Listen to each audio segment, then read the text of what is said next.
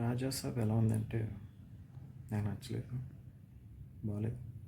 బేసిక్గా చెప్పాలంటే స్టోరీ లేదు. గ్రాండ్ మదర్ సెంటిమెంట్ అన్నారు కదా, అదొక సీన్ సరిపడా ఉంది.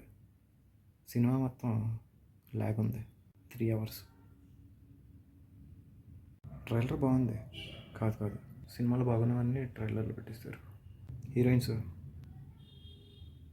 వాళ్ళ గురించి మాట్లాడుకోవడం వేస్ట్.